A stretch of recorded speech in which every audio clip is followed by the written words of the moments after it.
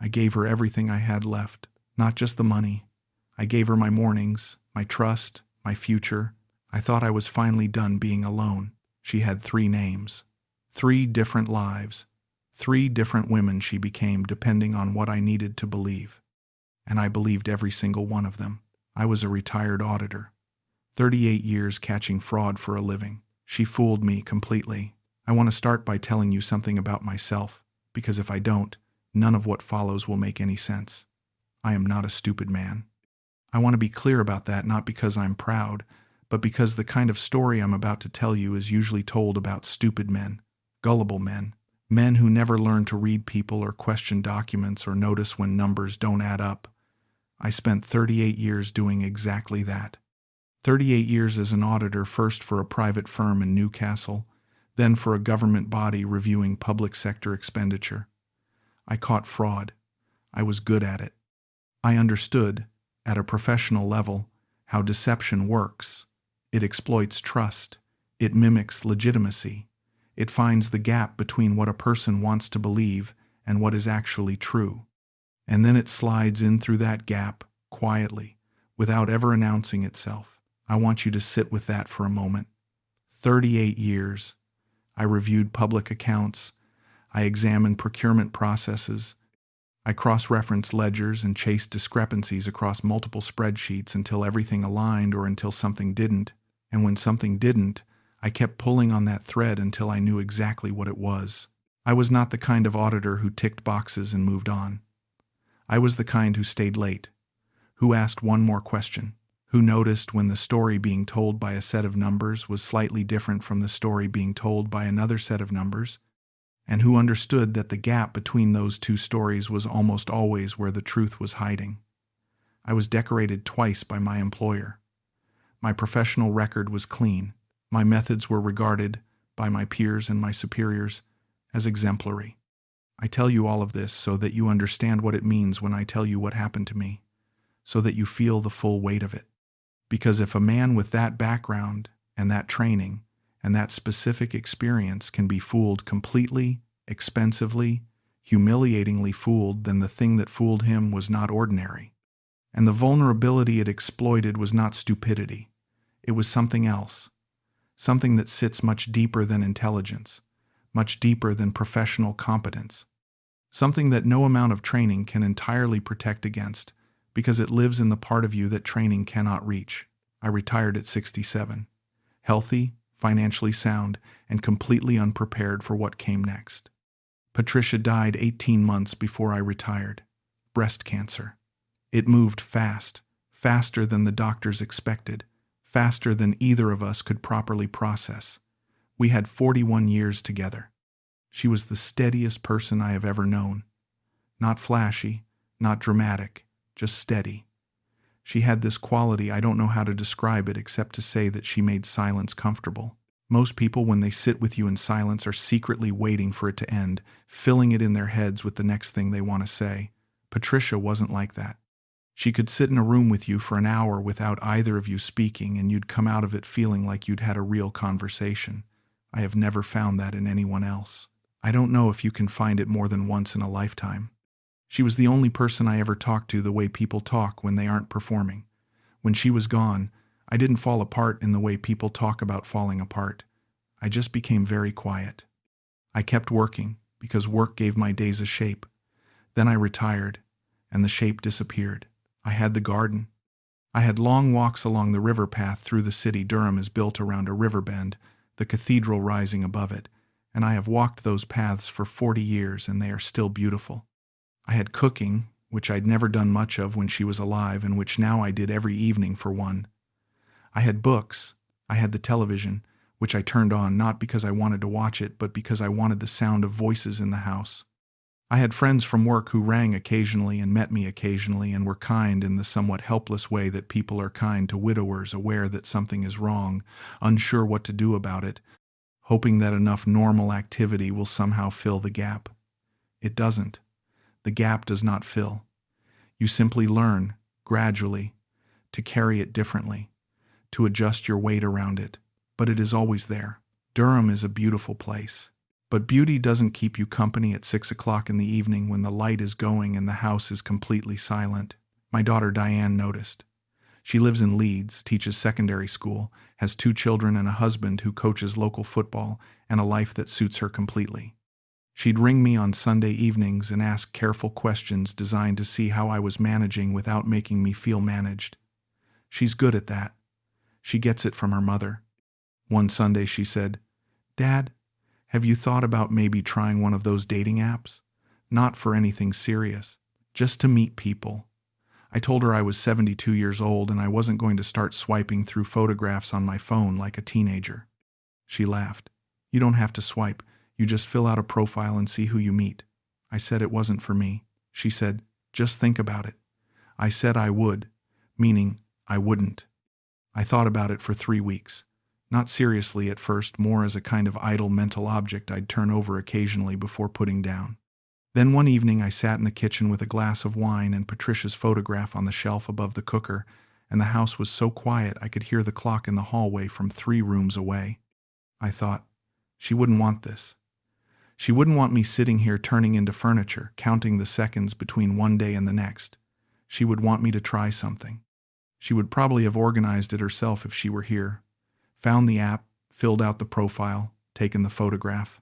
She was like that, practical in the way that people are when they love you enough to push you. So I signed up. I didn't expect anything. I filled out my profile honestly retired.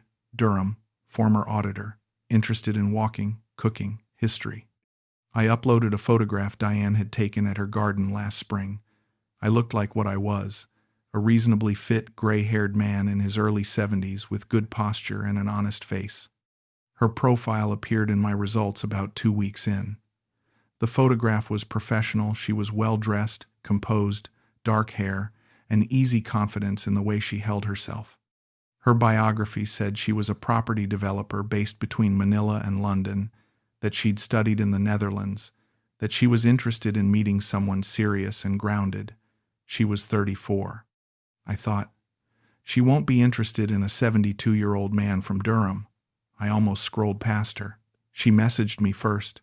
The message wasn't what I expected. There was no compliment, no generic opener. She had read my profile properly. She asked me a specific question about a comment I'd made, something I'd written about public accountability and the erosion of institutional trust. She had a point of view about it. She wanted to know mine. I sat with my phone for a moment feeling genuinely surprised. Then I replied. We went back and forth for an hour that first evening. She was sharp. She had opinions, and she defended them. She wasn't performing charm, she was just talking, the way someone talks when they're actually interested. I told myself not to read too much into it. I went to bed that night feeling something I hadn't felt in a long time. I didn't have a name for it immediately. Then I did. It was the feeling of being looked at. Not pitied, not managed. Actually looked at. Her name was Gianna Cortez. She told me she was from Pasig, a city in Metro Manila, that she'd grown up in a large family, that she'd fought hard for her education and her career. She spoke about the property development industry with the kind of specific, weary knowledge that you can't fake: the permitting delays, the difficulty of securing international investors, the particular exhaustion of being a woman in a male-dominated field. She asked me about my career with genuine curiosity. When I described fraud auditing, she didn't glaze over or offer the polite noises people usually make. She leaned forward. I could see it even through the screen. "That must be a very strange thing to carry," she said. "Watching people lie all day, knowing how it works, does it make you trust people less in your personal life?" I said I'd always managed to keep the two things separate. She nodded slowly, like she was filing that away. I think about that question now. The precision of it. The way it was designed to make me feel that my professional guard was safely compartmentalized, that here, with her, I was just a man and not an auditor. I think she asked it on purpose. I think she'd done her research before she ever sent that first message. But I didn't think any of that then. I was too busy feeling like something was beginning. Our first video call was on a Saturday morning, about 3 weeks after she messaged me. She was in what looked like a well-furnished flat, neutral walls, a window with good light behind her. She was slightly nervous in the way that someone is when they've only existed as text and voice and are suddenly visible. I found that endearing. We talked for 2 hours. About her work, about Durham, about what we each wanted from the next chapter of our lives. She said she wanted someone who could be a genuine partner, not just company. Someone who understood what it meant to build something. I said I understood. I believed her. I believed all of it. After she rang off, I sat in the kitchen for a long time. Patricia's photograph was on the shelf. I didn't feel guilty. I just felt available. Like a room that had been kept dark for a long time and someone had finally opened a window. I rang Diane that evening and told her I'd been talking to a woman online. Diane asked for details. I gave them. She was quiet for a moment, then said, "She sounds interesting, Dad. Have you actually met her in person yet?" I said we were still at the talking stage. Diane said, "Just be careful, okay? Not in a paranoid way. Just be yourself and go slowly." I said I would. I didn't. Not really. I went slowly in the physical sense. We didn't meet for another 2 months. But emotionally, I was already in. Already committed in the way that older men commit when they've been alone long enough, quietly, completely, without fanfare. There were small things I noticed over those first weeks. Small things that, if I am completely honest with myself, I noticed and then deliberately set aside. She mentioned a business partner in one conversation, a man called Daniel Reyes.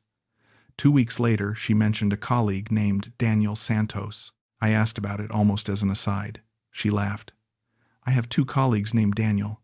Can you imagine? It's maddening." I laughed too. I believed her. Another time, her professional title shifted slightly. In our early conversations, she described herself as a property developer. Then in one call, she mentioned being a pharmaceutical sales director for a European firm. I asked her about the difference.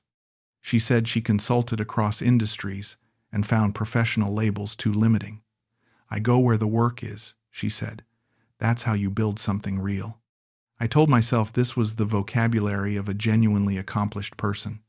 Someone operating at a high enough level that their work resisted simple categorization. I was an auditor. I knew what incongruities looked like. I also knew how easy it was to rationalize them when you wanted to, and I wanted to. She sent me business cards in the post.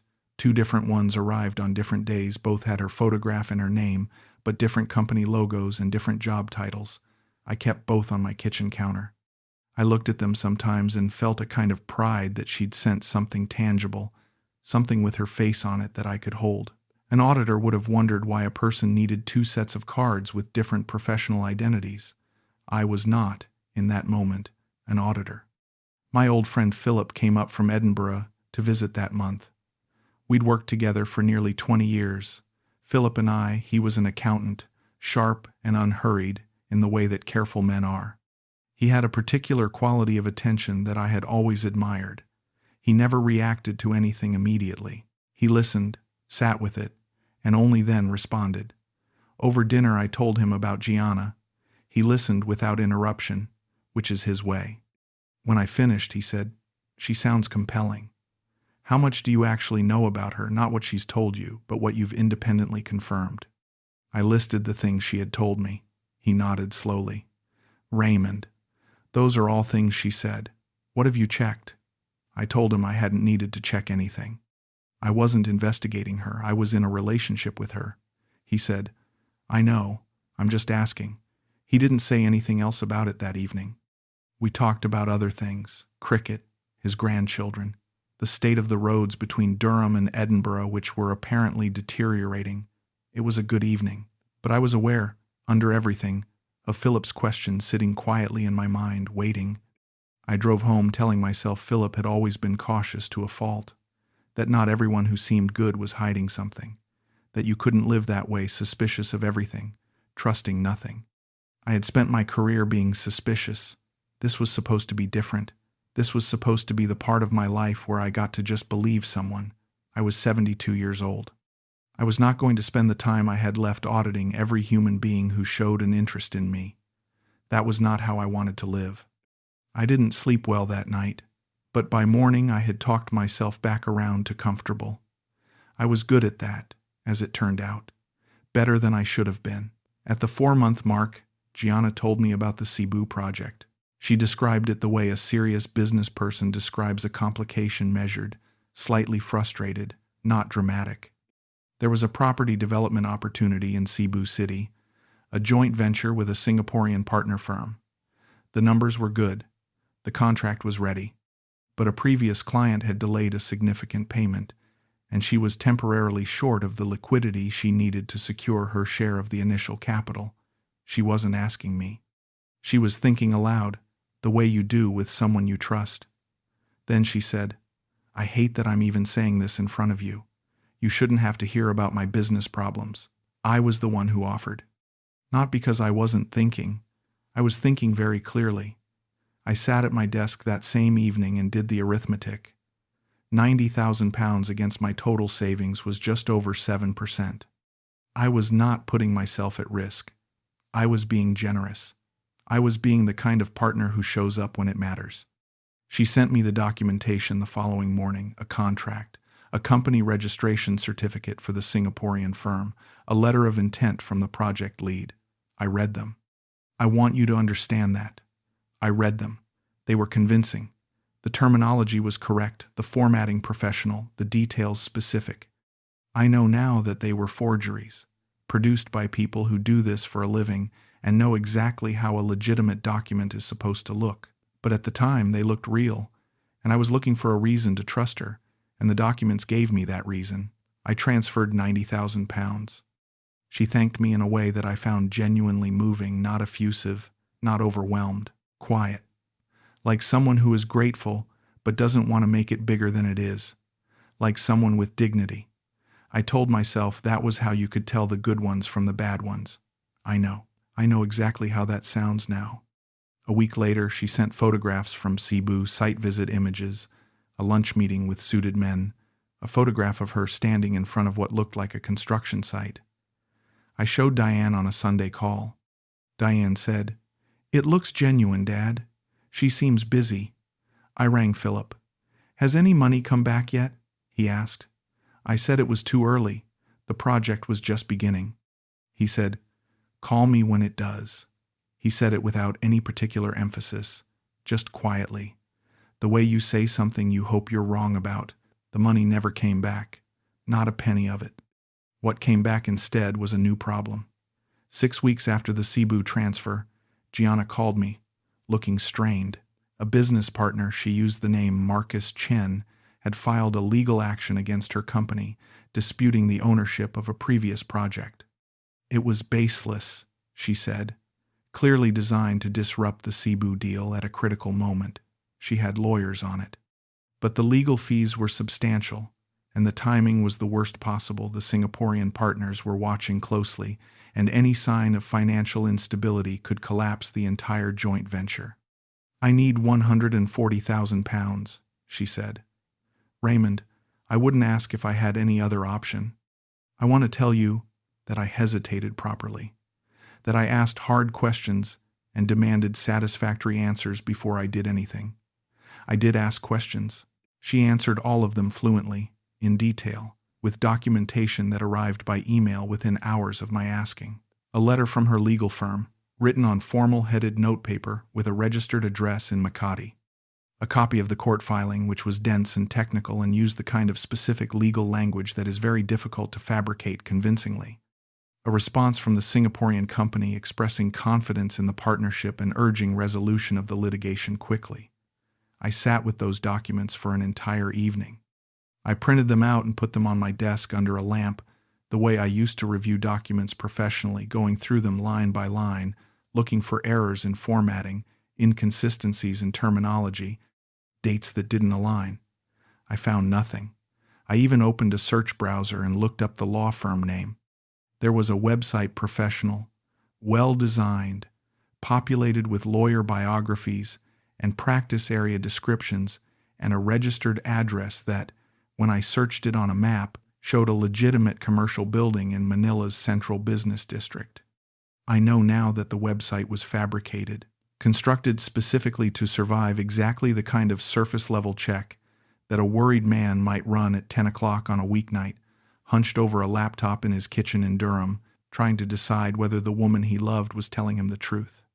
I transferred £140,000. By now we had been talking every day for nearly 6 months.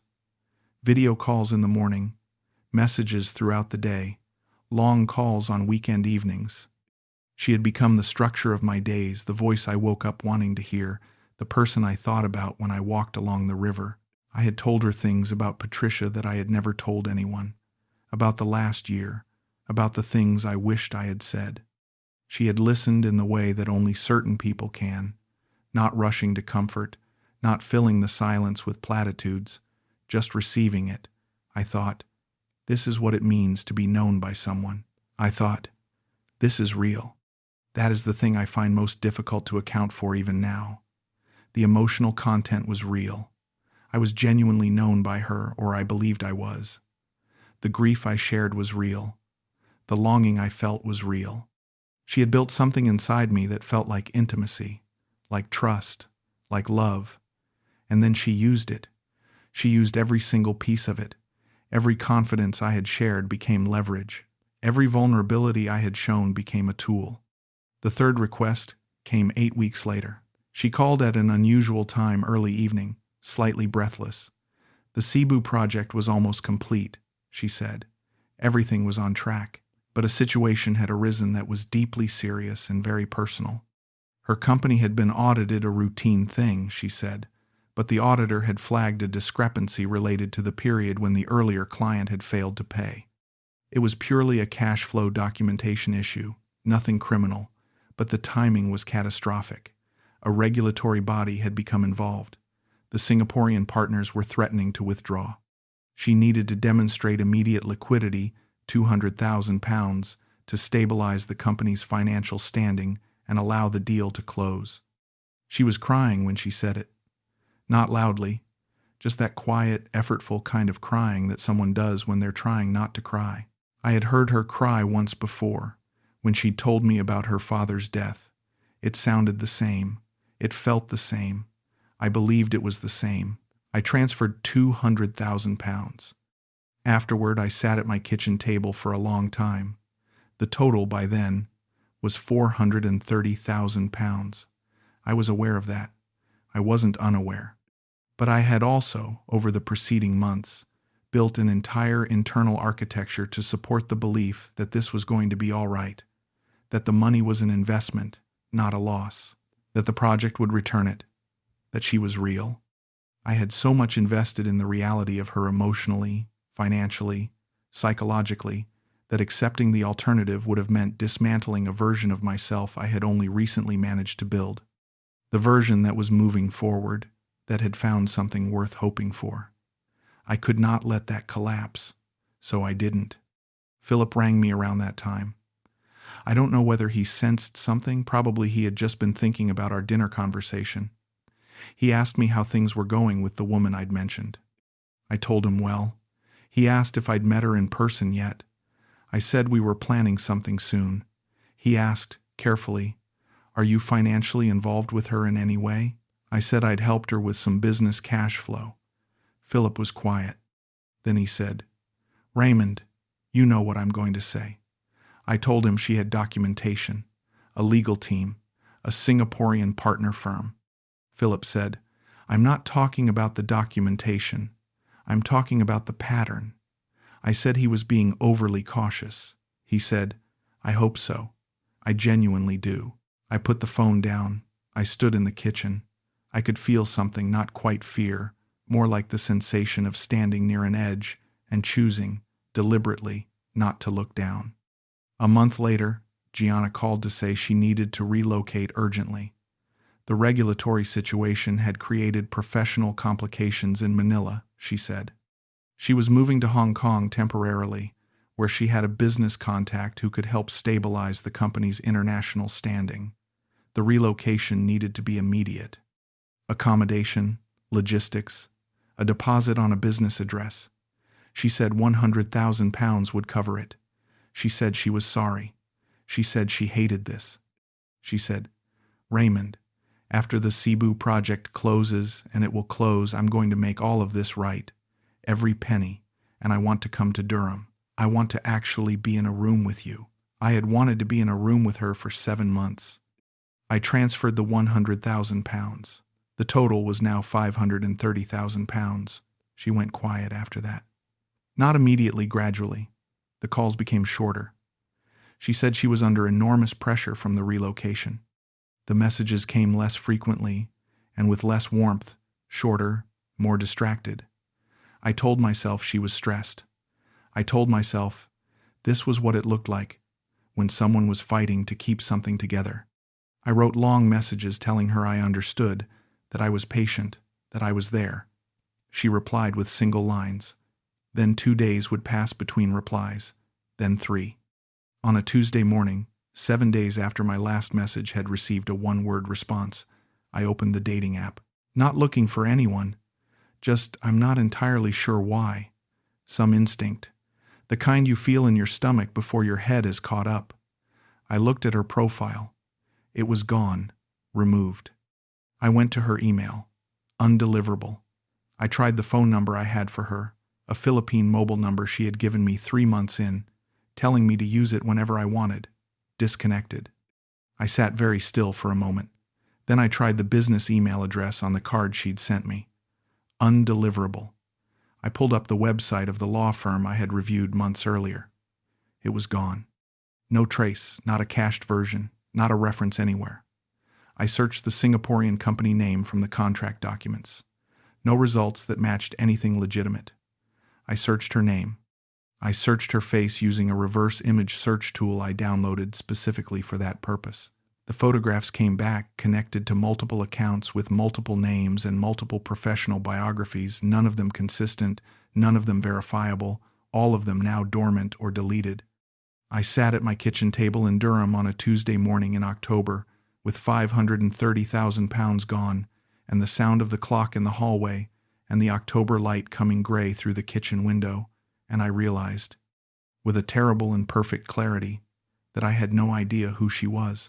Not her name, not her face, not what it actually belonged to, not her profession, her city, her history, her family, her father whose death had moved me.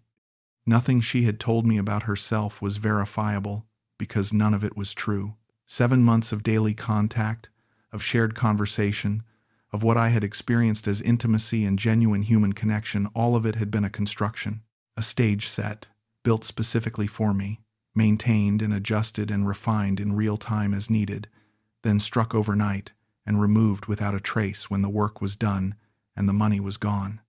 I sat there for a long time. I didn't ring anyone. I didn't move. The clock ticked. The light shifted. I thought about every conversation we'd had.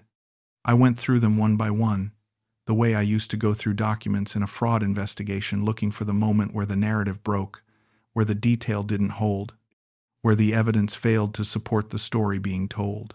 I found them. All the small moments I had noticed and filed away under explainable. The 2 Daniels, the shifting job titles, the business cards with different logos, the slight variations each time she told the story of how she'd built her career, the way she had asked me, in our very first weeks of talking, whether my professional caution ever bled into my personal life. She had been checking. She had been assessing her risk from the very beginning. I had passed her assessment. I had told her proudly, reassuringly, that I kept the 2 things separate. I rang Diane. I told her I needed to tell her something. She came up on the train the following morning. I told her everything at the kitchen table, all of it, every transfer, every document, every red flag I had noticed and explained away. I watched her face while I talked. She is not a person who hides what she feels, Diane. She got that from her father. I watched her go very pale. I watched her press her lips together in the way that means she is choosing her words carefully. I watched her reach across the table and take my hand and hold it firmly, the way Patricia used to hold my hand when I was worried about something and needed to be reminded that I wasn't alone. She didn't shout. She didn't ask how I could have been so foolish. She just said, quietly, "Dad, we're going to sort this." Then she cried, quietly. While I didn't, I think I was past the stage where tears were available to me. I was somewhere colder than that. Somewhere very still and very clear, Like the moment in an audit when everything finally resolves and you can see exactly what happened and you know, with a certainty that is almost peaceful, that the number that was missing has been found. The missing number, in this case, was me. I was the gap in my own accounts. I was the figure that had been moved without authorization, quietly, by someone who knew exactly where to find me and exactly what I was worth. I contacted Action Fraud that same week. Then I went to Durham Constabulary. Then, on a detective's recommendation, I engaged a solicitor who specialized in international fraud, a quiet, efficient woman based in Leeds who took my case without fuss and explained the process without false hope. The process was slow, institutional, and involved a great deal of repeating the same facts to different people in different offices. Every time I repeated them, I felt them settle into me more permanently, like stones dropped into still water, each one settling to the bottom and staying there. Every retelling made it more undeniably, irreversibly real. The call I didn't expect came 11 weeks later. It was a Philippine number, a woman's voice, professional and careful. She introduced herself as Detective Sergeant Yolanda Reyes, fraud investigator with the Philippine National Police's Cybercrime Division in Manila. She said she was calling in connection with a case involving a woman named Gianna who had been apprehended in Quezon City the previous week in connection with a coordinated identity fraud and investment scam operation. I wrote the name down. Gianna Malacanang, not Cortez, not the name on either of the business cards, not the name I had known for 7 months, a different name entirely. Detective Reyes spoke carefully. She wanted to confirm certain transactions, certain dates, certain documented communications. I confirmed them. Then she said there was something else I should know. She said it with a particular kind of gentleness that I recognized as the gentleness people use when they are about to say something they know will hurt considerably. Gianna Malacanang had been operating under at least 3 separate aliases simultaneously. Gianna Cortez, the identity she had used with me, was one. She had used 2 others with other men. Each identity had its own documentation, its own social media presence, its own backstory. The Cebu project documents, the legal firm, the Singaporean company website, all fabricated by a network of associates who produced fraudulent materials to order. The money had been moved through multiple accounts across multiple countries within days of each transfer, making recovery extremely unlikely. I asked how many other men there were. Detective Reyes paused. Then she said, "We are currently aware of 4 others, Mr. Stafford. We believe there may be more." I thanked her. I put the phone down. I sat in the kitchen for a very long time. 4 other men. 4 other versions of 7 months. 4 other sets of documents, calls, confidences, carefully manufactured emotional intimacy. She had been running all of us at the same time. I tried to do the arithmetic of that, of the attention it required, the organization, the sustained performance across multiple identities, multiple relationships, multiple emotional registers. I could not make it fit inside my understanding of what a person was capable of, and yet it was simply true. The facts were the facts. I had spent 38 years working with facts that were uncomfortable. These were no different, except they were mine. A solicitor's letter arrived some weeks later connecting me with a victim support organization that had been working with several of the affected men. Through them, I eventually spoke with a man called Marcus Webb American, 67, retired civil engineer from Portland, Oregon. He had known her as Carissa. She had told him she was an import-export consultant. She had taken $220,000 from him across 5 transfers over a period of 8 months. Marcus and I spoke on a video call arranged by the support organization, 2 strangers sitting in our respective kitchens on opposite sides of the world, connected by the same woman's performance. I didn't know what I expected to feel. Kinship, maybe. A kind of grim fellowship. What I actually felt, at first, was a profound and disorienting strangeness. He described the progression, the initial contact, the gradual deepening of connection, the first financial request framed as a temporary inconvenience rather than a plea, the way each subsequent request had seemed to follow logically from accepting the one before it. He described the documentation. He described the fake websites. He described the moment he realized he had tried to send flowers to an address she'd given him, and the florist had rung back to say the address didn't exist. She knew exactly what I needed to hear, Marcus said. Not in a generic way, in a specific way. She knew I'd lost my wife. She knew I lived alone. She knew I'd retired and was looking for something to invest in emotionally. I mean, not just financially. She must have researched us before she ever made contact. She picked us based on criteria. We were targets before we ever knew she existed. I asked him how long it had taken him to stop feeling ashamed. He was quiet for a moment. Then he said, "I'll let you know when I get there." I recognized every part of his account. The shape of his experience was identical to mine, the same architecture, the same emotional staging, the same careful management of doubt, the same specific, non-generic quality of connection that had made both of us feel seen rather than charmed. She had used the same blueprint on both of us, adjusting the surface details, name, profession, location, backstory for our individual profiles, our particular needs, our specific loneliness. The core structure was identical. It was, I realized, a product. She was manufacturing a product and selling it to multiple buyers simultaneously. We were not relationships. We were accounts. And she was balancing us the way a skilled operator balances a ledger, keeping each one just solvent enough to continue, extracting the maximum before closing it out. That realization that I was one of several concurrent operations, not a unique emotional investment, was, in some ways, the single most difficult thing to absorb. Because it meant that the moments I had experienced as most genuine, most intimate, most real, the conversations about Patricia, the Sunday morning calls, the quiet sense of being known had been replicated in some version simultaneously for Marcus in Portland and for 3 other men I never spoke to but whose existence Detective Reyes had confirmed. She had been, at the same time, in 7 months of daily emotional intimacy with at least 5 different men, managing 5 different identities, 5 different backstories, 5 different emotional registers, 5 different sets of financial requests at 5 different stages of development. I have tried to imagine the organizational capacity that requires. I cannot fully do it, but I can recognize it for what it is. It is professional. It is skilled. It is, in its way, the most sophisticated fraud I have encountered in nearly 4 decades of looking at fraud. Not because the individual elements were uniquely clever, but because the emotional architecture was so precisely calibrated and because it was run at scale without a single element showing through to any of us. She was very good at what she did. I am able to say that now without it destroying me. It took a while to get there.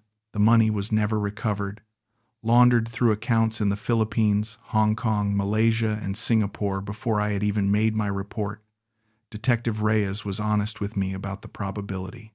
She said the legal process would continue, that there would be a prosecution, that accountability was not impossible. But the money she did not give me false hope.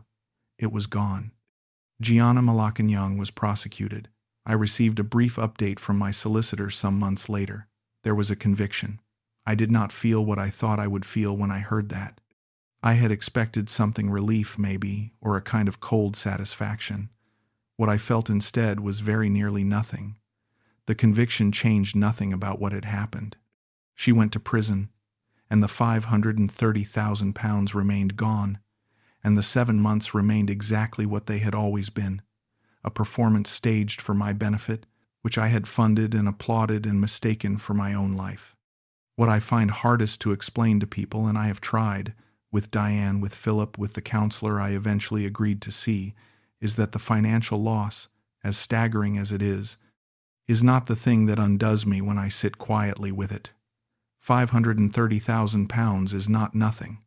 It is a significant portion of what I built over a lifetime of careful, patient work. But I am 72 and I manage. I live within my means. I am not destitute. What undoes me is the other thing, the thing that has no straightforward remedy.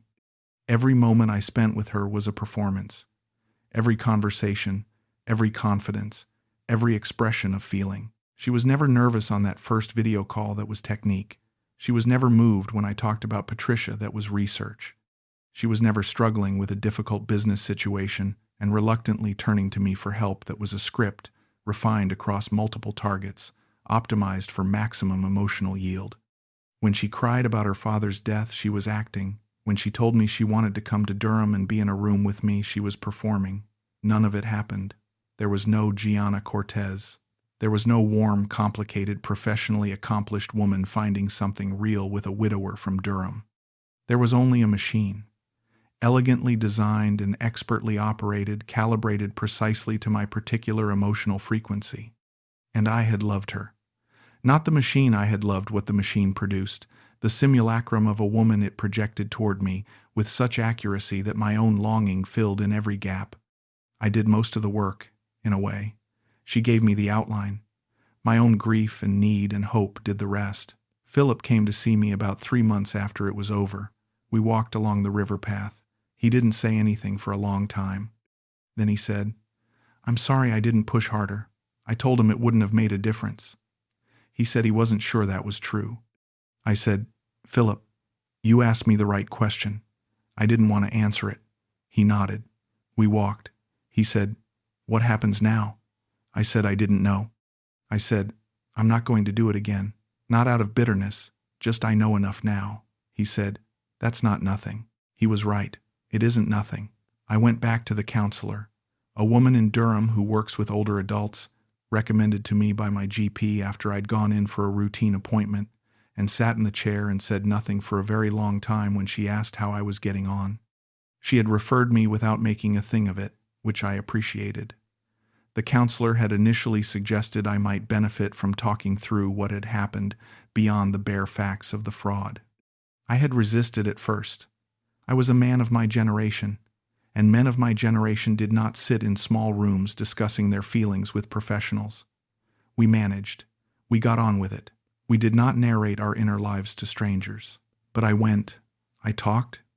I talked about Patricia, about the last year, about what those final months had taught me about love and loss, and the way that grief, if you don't look at it directly, turns into something else. A kind of low-level numbness that you start to mistake for coping. I talked about the retirement and what it had done to my sense of identity, my sense of purpose. I had been a useful, expert person for 38 years, and then I wasn't. And I had never fully acknowledged how much of my self-regard was tied to that usefulness. I talked about the particular hunger of a man who has been alone for years and suddenly feels seen, not just liked, not just tolerated, but actually, specifically, carefully seen. What that does to you. How it loosens things inside you that you hadn't realized were locked. She listened. She never rushed me. After several sessions, she said something that I have returned to many times since. She said, "The thing that made you vulnerable is also the thing that made you human. You wanted to love someone and be loved in return. That is not a flaw. That is not stupidity. The wrong in this story was done by the person who found that need and used it as a tool, not by the person who had the need." I sat with that for a long time. I am still sitting with it. Philip came to see me about 3 months after it was all over, after the investigation had run its course, after the conviction had been confirmed, after I had filed the last of the paperwork and accepted that the money was not coming back. We walked along the river path. October again, nearly a year on from the Tuesday morning when I'd sat at my kitchen table and known the cathedral above us, the same light I had walked under with Patricia for 40 years.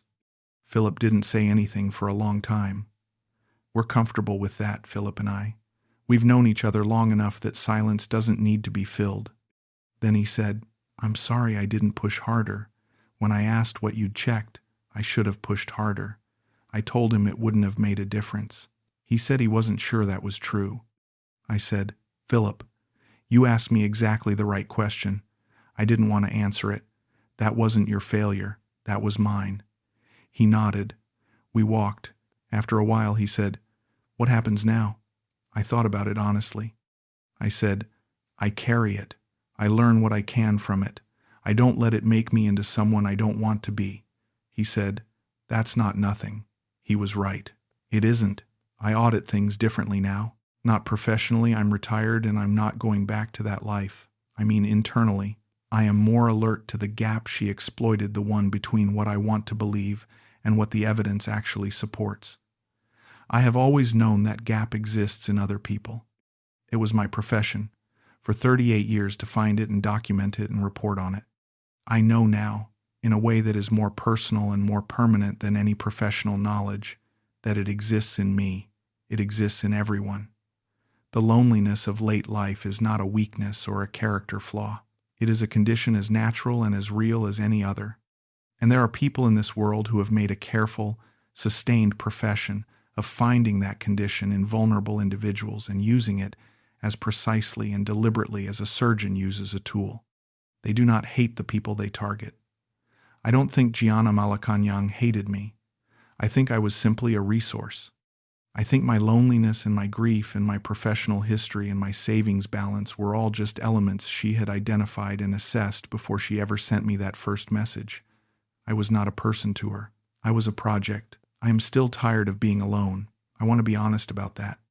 I'm not going to pretend that what happened cured me of wanting company or connection or someone to talk to at 6 o'clock in the evening when the light goes and the house fills up with that familiar, heavy quiet. It didn't cure me of any of that. That need is still there, steady, inconvenient, and completely legitimate. I am simply more honest with it now. I know what it can cost. I know what it looks like from the outside when that need is larger than my caution. I know, now, to look at it directly rather than managing it by pretending it isn't there. I keep a piece of paper in the desk drawer where I used to keep the 2 business cards. Philip's question is written on it in my own handwriting. Raymond, those are all things she said. What have you checked? I did not write it as a warning. I wrote it as a reminder of the specific moment I chose not to be who I was trained to be. I had noticed things.